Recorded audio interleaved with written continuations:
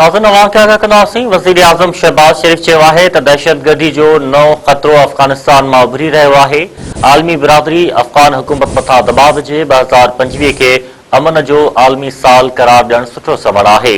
तुर्कमानिस्तान जे शहर अशोकाबाद में आलमी फोरम खे ख़िताब कंदे वज़ीर आज़म शहबाज शरीफ़ वधीक चयो आहे त पाकिस्तान आलमी अमन लाइ किरदार अदा कंदो रहंदो। तकरारनि जो पुरअमन हल पाकिस्तान जी परॾेही पॉलिसी जो अहम जुज़ आहे। वज़ीर आज़म वधीक चयो आहे त उसरंदड़ मुल्कनि लाइ मौसमियाती तब्दीली ऐं तरक़ीअ में अणबराबरी वॾा चैलेंजिस आहिनि जिन खे गॾिजी मुंहुं ॾेई सघिजे थो। नाज़रीन अवां खे हिकु ॿीहर ब्रेकिंग न्यूज़ ॾेई रहिया आहियूं त वज़ीर आज़म शहबाज शरीफ़ चयो आहे त दहशतगर्दी जो नओं ख़तरो अफ़गानिस्तान मां उभरी रहियो आहे।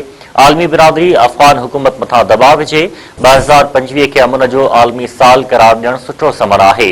तुर्कमानिस्तान जे शहर अशोकाबाद में आलमी फोरम खे ख़िताब कंदे वज़ीर आज़म शहबाज शरीफ़ वधीक चयो आहे त पाकिस्तान आलमी अमन लाइ किरदार अदा कंदो रहंदो। तकरारनि जो पुरअमन हल पाकिस्तान जी परॾेही पॉलिसी जो अहम जुज़ आहे। वज़ीर आज़म वधीक चयो आहे त उसरंदड़ मुल्कनि लाइ मौसमियाती तब्दीली ऐं तरक़ीअ में अणबराबरी वॾा चैलेंजिस आहिनि जिन खे गॾिजी मुंहुं ॾेई सघिजे थो।